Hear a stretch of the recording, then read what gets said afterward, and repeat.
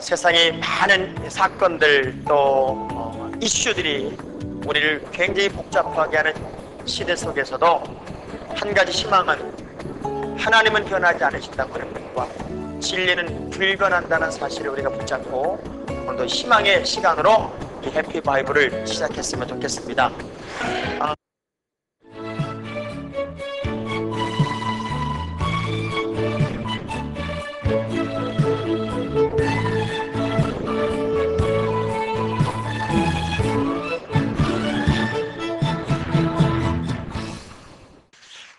열왕기하는 1장 1절에서부터 1장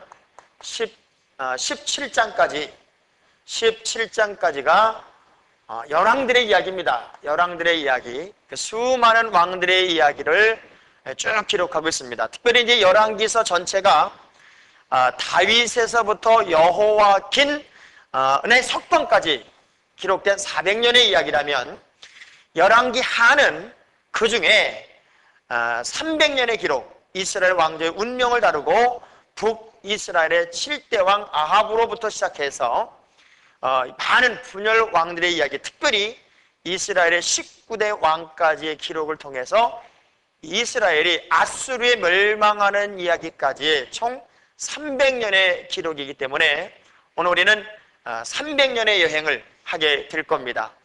짧은 시간이지만 여러분이 300년의 쫙 여행을 하면서 그 안에 흥분을 또 교훈을 깨달음을 삶의 여러 가지 의미들을 여러분이 나눌 수 있었으면 참 좋겠습니다. 17장 41절까지 그게 이제 첫 번째 열왕기상으로부터 이어지는 분열왕국의 왕들의 이야기라면 18장 1절부터 마지막 25장 30절까지는 잔존 유다 왕국에 남아있는 잔존 유다 왕국의 왕들의 이야기를 쭉 기록하고 있습니다. 마치 제가 열왕기서를 이렇게 읽다 보면요, 우리나라의 그 조선 왕조, 그 왕의 쟁탈전이 벌어지고 왕이 계승을 위해서 막 피튀기는 싸움이 일어나는 그런 것들을 느낄 만큼 참 많은 사건들이, 많은 일들이 일어나게 되는데요, 열왕기서를 이렇게 보다 보면은 모든 관점이 신명기적 역사관을 가지고 이렇게 보기 때문에 그 신앙적인 관점으로 왕들의 행적을 이렇게 조사하고 치리하지, 그 사람이 그 왕이 얼마나 많은 업적을 남겼느냐, 또 얼마나 국민들을 잘 살게 했느냐, 그런 기준보다는 야훼 하나님을 얼마나 잘 섬기는 왕으로서 민족의 신앙을, 민족의 종교를 어떻게 하나님 중심으로 잘 만들어 나갔느냐 하는 거에 굉장히 많은 포커스가 맞춰져 있어요. 그래서 한 왕이 일어나서 그 왕의 그 사역이 끝날 때까지의 이야기를 쭉 기록하면서 이 왕은 어떤 믿음을 가지고 백성들을 이끌어갔으며 하나님이 기뻐한 왕이었느냐 아니면 하나님이 기뻐하지 않은 왕이었느냐를 통해서 결론을 짓게 됩니다. 지금도 저는 늘 그런 마음인 것 같아요. 하나님은 여러분이 얼마나 잘 살았느냐, 얼마나 많은 업적을 남겼느냐, 얼마나 훌륭한 직업과 명예를 가지고 있느냐 하는 것보다도 우리 하나님이 가장 우선적으로 보는 게 뭐냐면 과연 어떤 믿음의 내용을 가지고 있느냐. 하나님이 보실 때 저 사람의 믿음의 내용은 도대체 어떤 믿음의 내용일까 하는 것을 더 관심을 기울일 것 같은데요, 우리는 북이스라엘을 알고요, 또 어디를 알아요? 유다를 압니다. 그런데 참 신기한 건 북이스라엘도 19명의 왕이고 남유다도 19명의 왕을 이렇게 이야기합니다. 초창기에는 그 열왕기서의 서론에는 엘리사의 이야기가, 엘리사의 기록이 참 많이 나오는데요, 엘리사의 이적 행함의 기록은 총 16번이에요. 그러니까 이 16번이 왜 중요하냐면 엘리야의 이적 행함의 기록이 8번이에요. 8번. 그런데 엘리사가 엘리야에게 마지막 부탁한 게 뭐냐면 당신의 영감에 뭘 받기를 원했어요? 갑절을 받기를 원했어요. 그런데 엘리야의 이적 행함이 8번인데 엘리사의 이적 행함이 16번이니까 꼭 뭐예요? 배야, 갑절이야. 그렇게 하나님은 섬세하신 분이에요.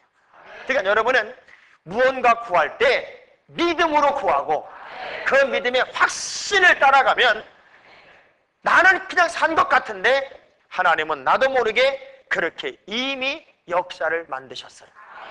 그래서 이 이스라엘은 19명의 왕과 200년을, 남유다는 19명의 왕과 400년을 명맥을 유지하는데요. 이스라엘은 사실은 10지파를 중심으로 해서 만들어진 큰 민족, 큰 국가임에도 불구하고 빨리 끝났어요.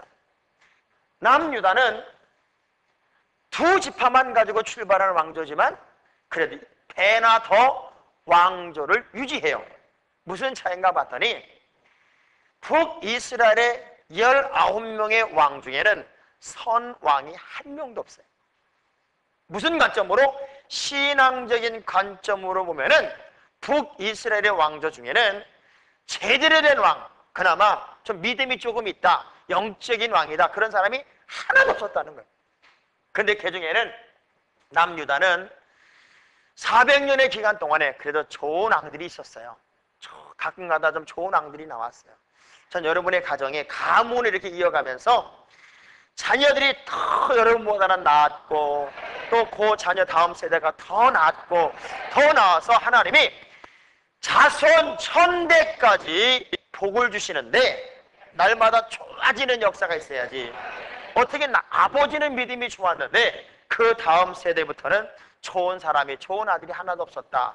이거 보통 문제가 아니잖아요. 그래서 시간이 갈수록, 세월이 갈수록 여러분의 가정의 자녀들 속에서 인물들이 좀 나오고 세계적인 사람들이 좀 나오고 큰 그릇들이 나오길 바랍니다.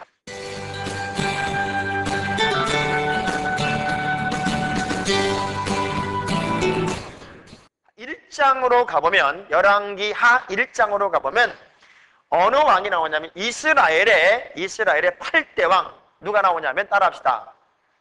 아하시야. 누가 나왔다고요?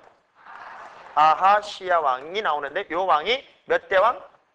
8대 왕입니다. 8대. 그러니까 우리가 이제 열왕기상을 통해서 이스라엘의 몇 대 왕까지 이미 공부한 거예요. 그러면 7대 왕까지 공부한 거예요. 그러니까 대단히 많이 공부를 했고 대단히 많이 스치고 지나갔는데 솔직히 물어볼게요. 기억나요? 옆 사람한테 물어보세요. 기억나냐고. 여러분이 물어보지도 못하는 이유를 내가 알아요.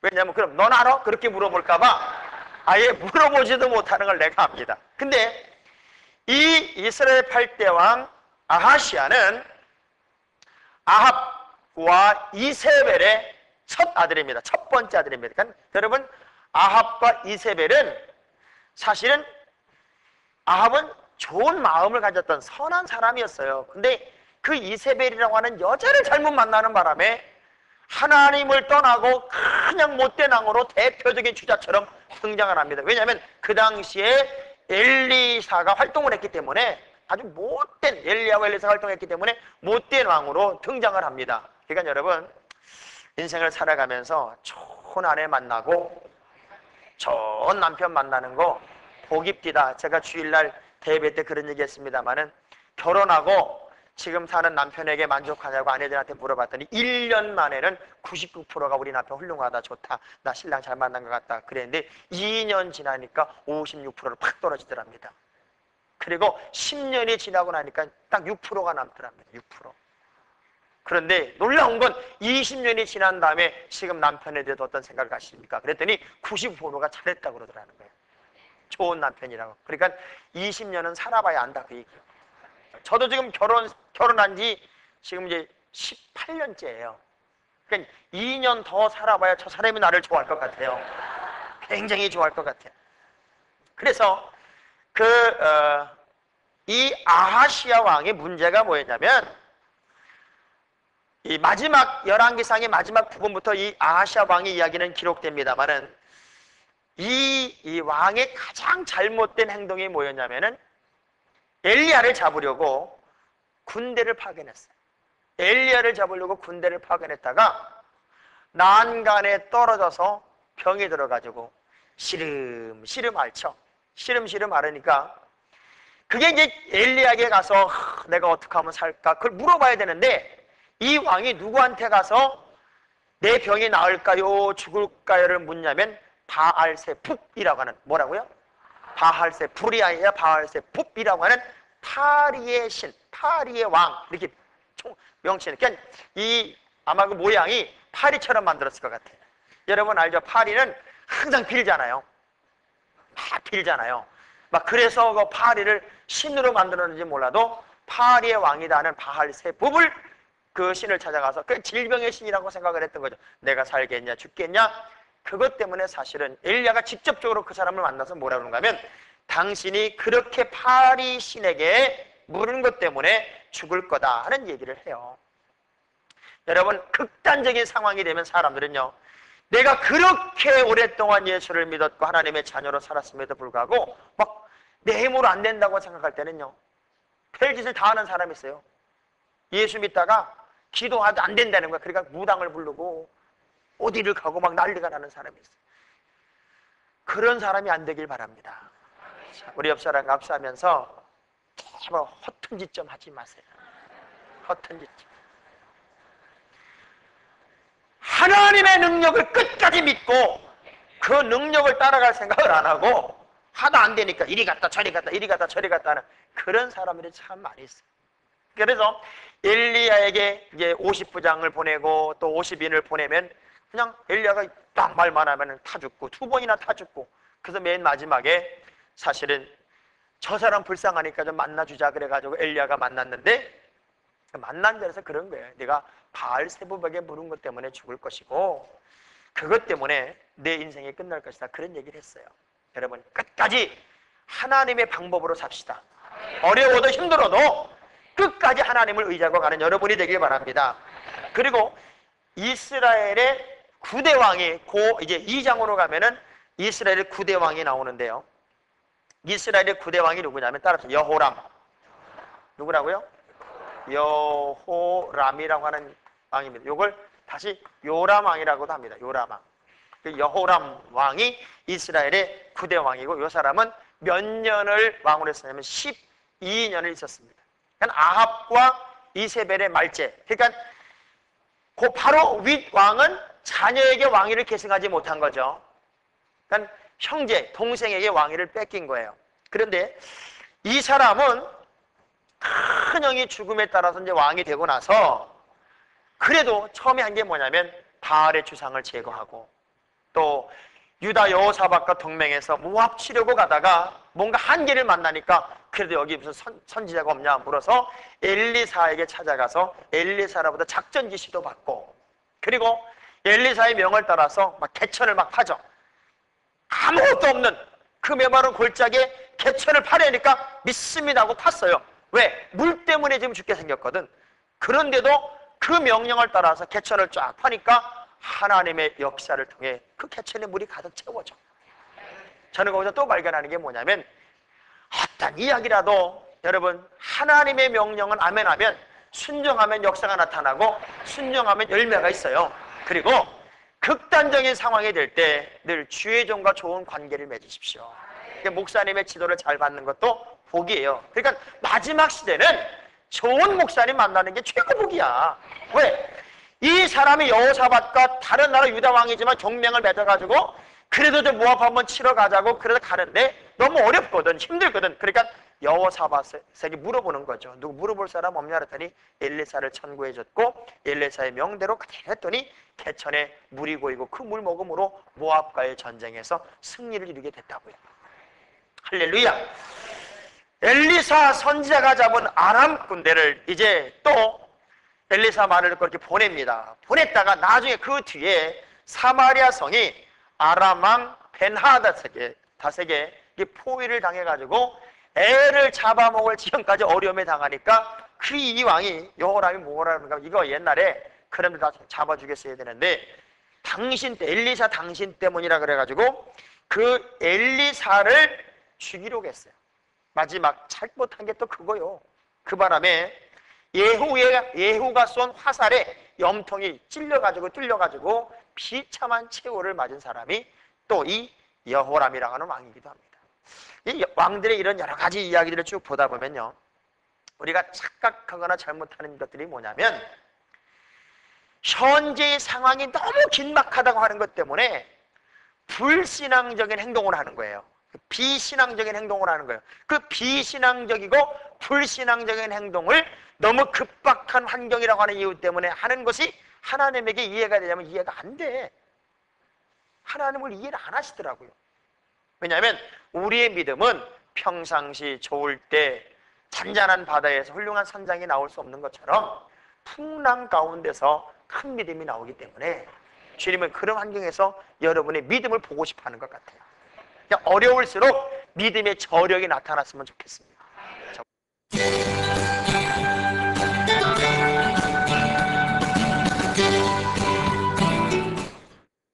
그래서 그 2장에 아주 그 여호람 왕 시대에 있었던 여러 가지 사건 중에 엘리야에서 이제 엘리사로 선지자의 권한이 이동이 되고요. 또 그 과정 속에서 그 엘리사로부터 갑절의 능력을 받는 장면이 이제 등장을 합니다. 이 장에 아주 재밌는 스토리가 이어지는 게 뭐냐면 그 엘리사 보고 야, 넌 여기 그냥 길갈에 머물러 있어. 그랬더니 엘리사가 아닙니다. 저는 끝까지 따라가랍니다. 그래가지고 이제 베델까지 쫓아갑니다. 그러니까 또 그냥 베델에 그냥 있어. 난 여리고에 갈 거야. 그러니까 아닙니다. 또 쫓아가겠습니다. 그리고 여리고로 또 쫓아갔어요. 이제 나는 요단에 가니까 너 여기 있어라. 그래도 엘리사가 또 요단까지 쫓아와요. 그러니까요, 좋은 믿음의 동역자와 함께하는 건 능력이요. 끝까지 쫓아가요. 전 여러분이 저를 끝까지 좀 쫓아왔으면 좋겠어요. 끝까지 복음의 능력을 쫓아서 갑절의 영감을 쫓아가가지고 결국 엘리사가 소원을 말한 게 2장 9절 10절입니다. 2장 9절 10절. 그게 뭐예요? 갑절의 영감을 달라는 거죠. 갑절의 영감을 달라고 그랬어요. 그리고 나서 갑절의 영감을 받은 다음에 엘리사가 제일 먼저 시작한 첫 이적이 뭐냐면 여리고 땅에 들어갔더니 여리고에 사는 사람들이 그런 고민을 얘기하는 거예요. 우리는 이 도대체 마지막에 이 과일들이 모든 열매들이 여물지를 못하고 다 떨어져서 보통 고민이 아니다. 원인은 땅은 너무너무 좋은데 물이 나쁘다. 물이. 그래서 물이 나빠가지고 이런 일이 아니에요. 어떻게 하면 좋겠냐 그랬더니 엘리사가요, 소금을 가져가서 물 근원에 소금을 딱 넣고 나서 물을 고치는 사건이 첫 번째 이적이었어요. 물을 고쳤어. 그 물을 고치고 나니까 얼마나 좋은 열매들이 맺히는지. 제가 성지순례를 가보니까요, 지금도 전 세계에서 최고의 오렌지를 생산하는 데가 어디냐면 여리고입니다.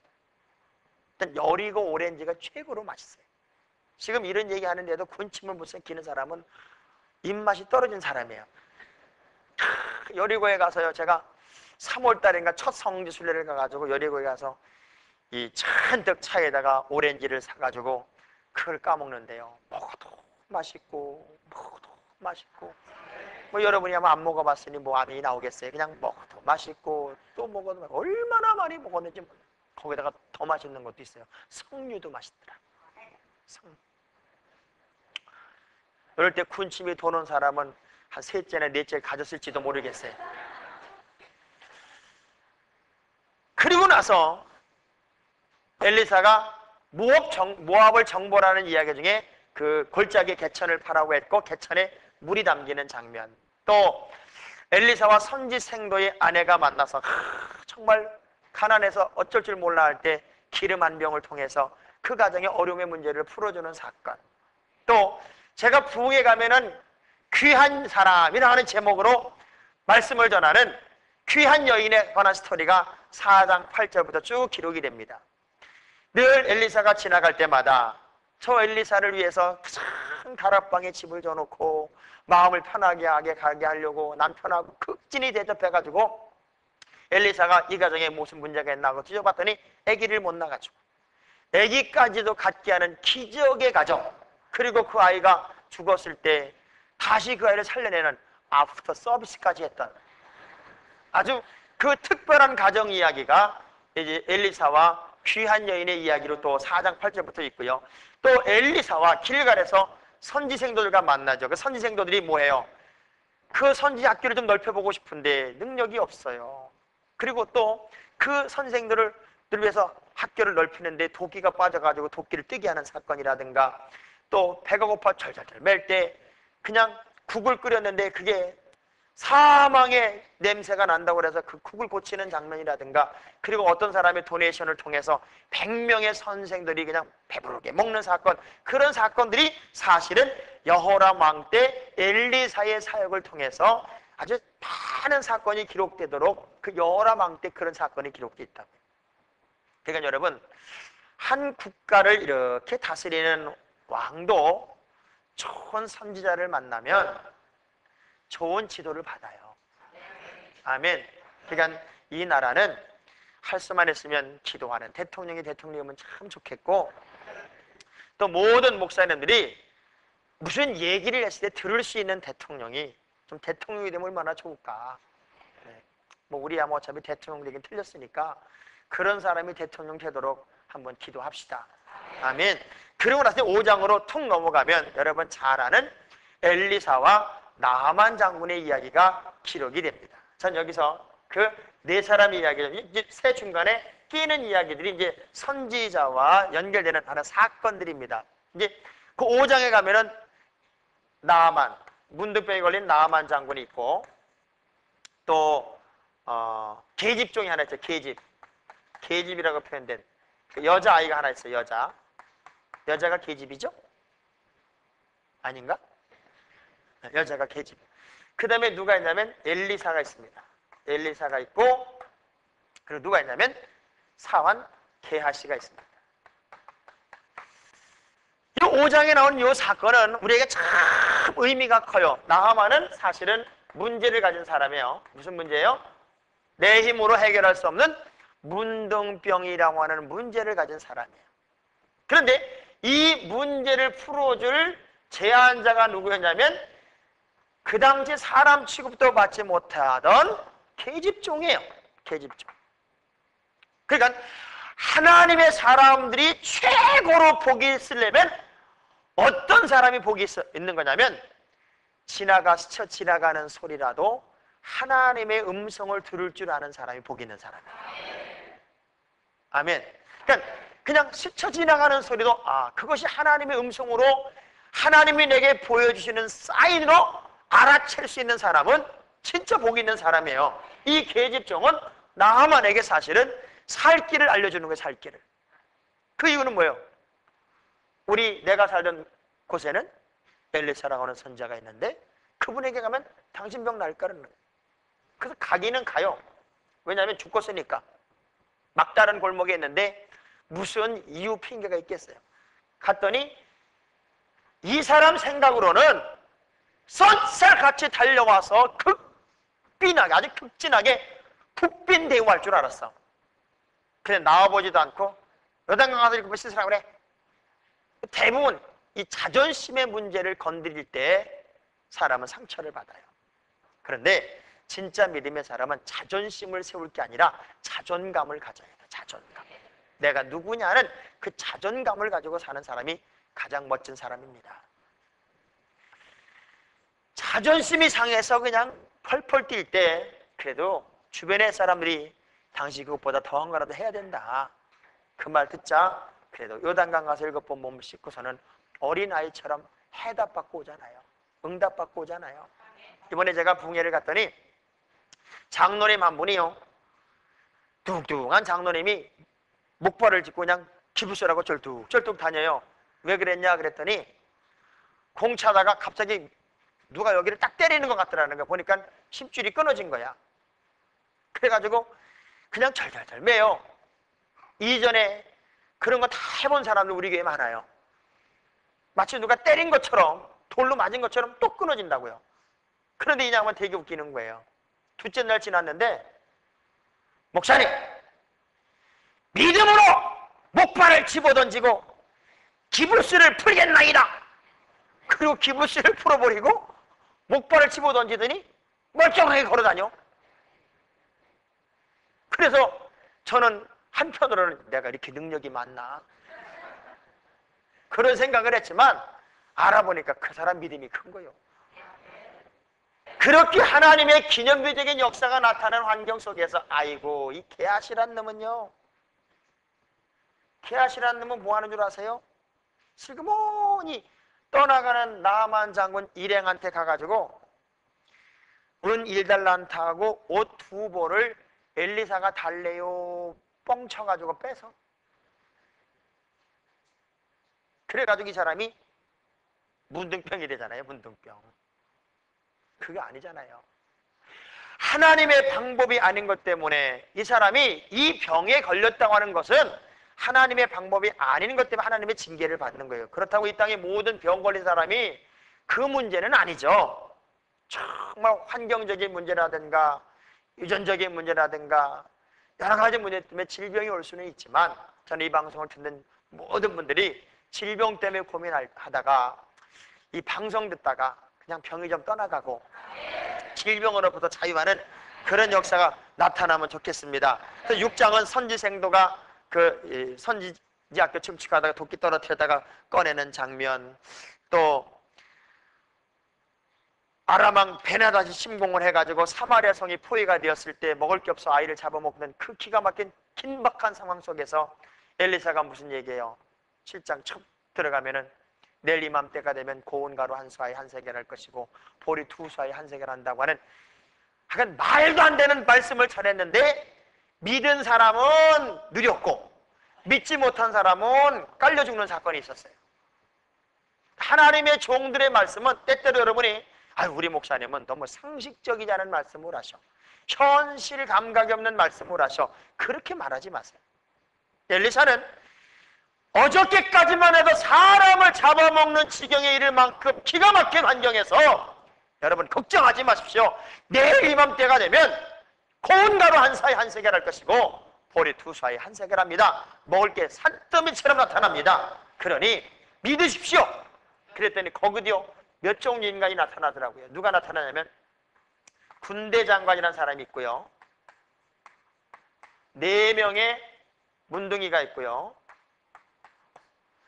그리고 누구라고 이름은 나오지 않았는데 그래도 우리가 말이 있으니까 정탐합시다 라고 긍정적인 제안하는 제안자가 있고요, 믿음에 행동하는 백성들이 있습니다.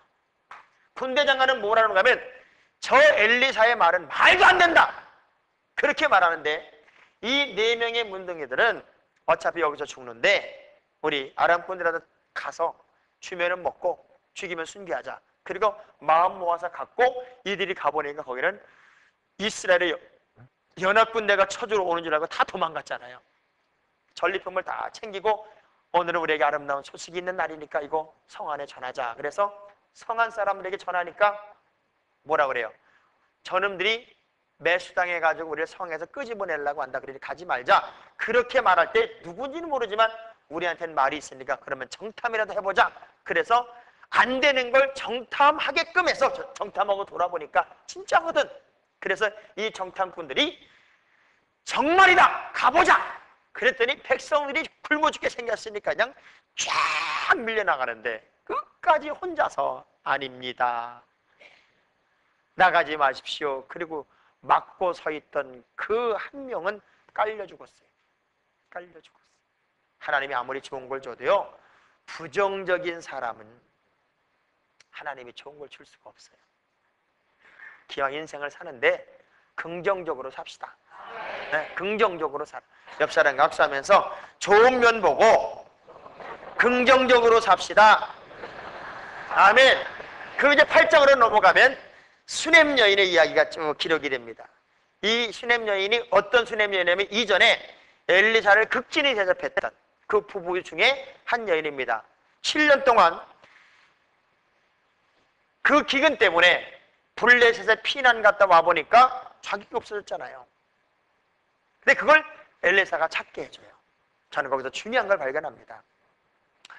믿음으로 사는 사람은 하나님이 반드시 상 주십니다. 아멘. 잃어버린 것 같지만 찾는 역사가 있어요. 그래서 이 여자가 찾게 되고 또 8장 7절로 쭉 넘어가 보면은 아람의 수도 다메섹에서 하사엘이 왕이 될 것을 이제 예언하는 장면이 있는데 그 왜 하사엘이 아람의 왕이 된다는 게 돌발적으로 예언이 되냐면 남북 왕조가 너무 타락하니까 하나님이 그 아람아 하사엘을 이스라엘과 유다의 채찍으로 쓰시기 위해서 세우는 장면이 거기 있습니다.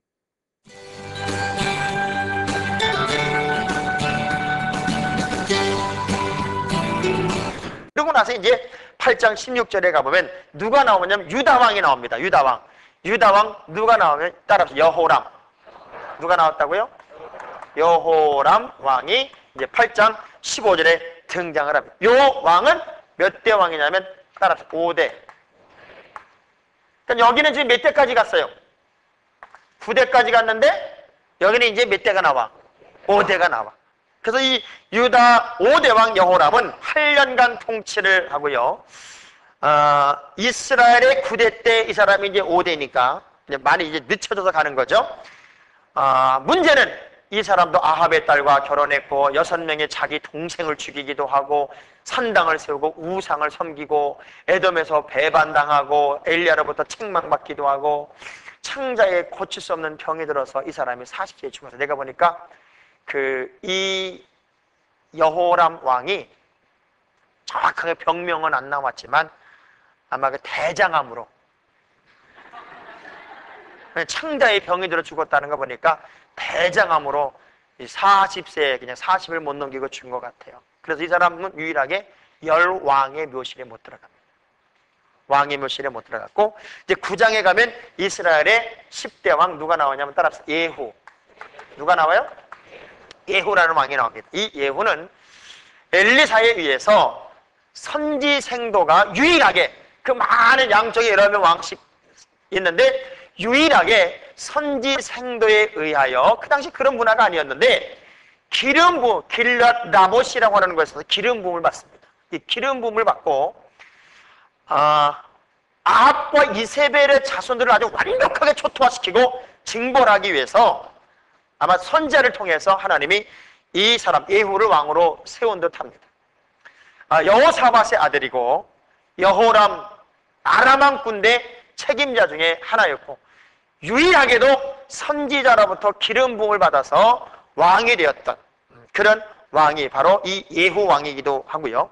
그래서 이 사람이 무슨 일을 계속했냐면 이스라엘 여호람, 요람 왕, 또 유다의 아하시아 왕, 이 두 나라의 왕을 동시에 죽여버려요. 예후가. 그러니 대단한 사람이죠. 두 나라 왕을 동시에 죽여버리고 또 이세벨을 죽이고 아합의 70명의 아들을 죽이고 바알 섬기는 제사장 아합의 친척 친구까지 다 죽이고 또 이세벨에게 문안하러 왔던 남유다 왕족 42명도 다 죽여버리고 그러니까 아합과 이세벨의 관계는 죄악의 뿌리들은 아주 싹쓸이를 해버리고요. 사마리아에 남았던 아합가 사람들까지도 진멸하고 아주 재밌는 건요. 자기가 나는 바알 숭배자다. 나는 바알 숭배를 누구보다 더 잘한다 그래가지고 사람을 한 곳에 다 모아놨어요. 바알 산당에 사람들을 다 모아놓고 거기서 뭘 선별하냐면 하나님의 종들만 가려내고요. 나머지는 거기서 싹 죽여버렸어요. 그리고 거기다 바알 신당을 헐어버리고 뭘 만들었냐면 공중변소를 만들어버렸어요. 그래서 공중변소의 시작이 바로 이 예후부터입니다. 공중변소, 그 바알 산당에 화장실을 만들어버렸어요. 왜? 그만큼 아주 완벽하게 신앙을 회복하기를 사실은 원했던 거죠. 그래서 예후의 행적은 기념할 만하다 그래서 하나님이 이런 약속을 합니다. 열왕기하 10장 30절에 그런 약속까지 하셨어요. 한번 읽어볼까요? 다 같이 시작. 여호와께서 예후에게 이르시되 내가 나 보기에 정직한 일을 행하되 잘 행하여 내 마음에 있는 대로 아합 집에 다 행하였은즉 내 자손이 이스라엘 왕위를 이어 4대를 책임져 주겠다. 그러나 안타까운 것은 또 그런 얘기가 나오는 게 뭐냐면 금송아지를 섬기는 것 때문에 여로보암의 범죄를 떠나지 못했어요. 좋았다가 말았어요. 여러분 끝까지 잘하시기 바랍니다. 그래서 저는 이 예후를 통해 뭘 느끼냐면 이걸 느껴요. 쓰임 받는다고 해서 다 구원받는 것이 아니다. 사용된다고 해서 다 구원받는 게 아니에요. 여러분이 뭘 많은 일을 했다고 해서 다 구원받는 건 아닌 것 같아요. 하나님의 사람들은 쓰임받고 사용되고 또 세워질 때마다 늘 감격하고 감사하셔야지 절대로 변질되지 않았으면 좋겠어요. 자, 옆 사람과 축복합시다. 변질되지 맙시다. 변질되지 맙시다. 네, 절대로 변질되지 맙시다. 가장 좋은 믿음의 왕이라고 이스라엘 중에서는 그게 인정을 받을 수 있었던 이 예후도 결국 마지막 순간에 금송아지를 섬겼다. 여러분, 지난 우리가 그 열왕기서 처음 시작할 때 왜 여로보암이 금송아지를 섬겼느냐, 또 벼랑 안에 금송아지를 만들었느냐 하는 이유를 이렇게 설명했습니다. 이스라엘 백성들이 자꾸 예루살렘으로 내려가면 자기를 반역할 것 같아요. 그리고 하나님을 섬기는 그 뜨거운 믿음을 회복하면 지금 우리가 태생적으로 잘못된 분당 국가라는 사실을 알기 때문에 사람들이 자기의 지도력을 따라줄 것 같지가 않거든요. 그러니까 이 여로보암이 하나님을 아예 잊어먹게 하는 거예요, 이스라엘 백성들을. 그래서 우리의 하나님은 여호와 야훼 하나님이 아니라 우리의 신은 송아지다. 그렇게 세뇌를 시킨 거예요. 그러니까 이 세뇌가 정말 무서운 거죠. 북한이 왜 무서워요? 북한의 모든 사상은 이거잖아요. 최고는 이 세상의 최고는 사람이다. 그런데 사람 중에 최고는 김일성, 김정일이다. 이렇게 되는 거예요. 그러니까 그 김정일이나 김일성이가 사실은 특별히 김일성 같은 경우는 기독교 집안에 태어났잖아요. 그러니까 자기가 뭐가 된 거냐면 하나님이 된 거예요. 그래서 전 백성을 우상화시킨 거죠. 세뇌시켜서 자기가 신인 것처럼 그렇게 만들었단 말이에요. 그만큼 이 세뇌라는 게 무서운 거고 다른 신을 섬기는 게 무서운 거예요. 그래서 예후도 그렇게 많은 선한 일을 하고도 결국 마지막에 선지자의 입장으로 보면, 하나님의 입장으로 보면은 업적은 많았어도 금송아지를 섬긴 것이 큰 문제가 되더라는 거예요. 여러분, 하나님의 자녀로 살아가는 동안에 철저하게 예수 중심에 서시기 바랍니다. 믿음의 방향을 따라가시기 바랍니다. 그래서 조금이라도 갈등이 오고 어려움이 오고 힘이 든다 할지라도 지금 내가 이 행동하는 이 행동이 돌발적인 행동일 때도 감정적인 행동이냐, 아니면 기분에 따라 움직이는 거냐, 아니면 요 기가 막힌 극단적인 환경에서도 하나님의 방법을 내가 쫓아가고 있느냐, 이걸 잘 생각하면 여러분의 생애에 하나님이 책임져 주시는 아름다운 축복의 일들이 넘쳐나게 될 줄로 믿습니다. 자, 한번 따라합시다. 하나님의 방법이 아닌 것은 성공 같으나 실패다. 변질되지 말자.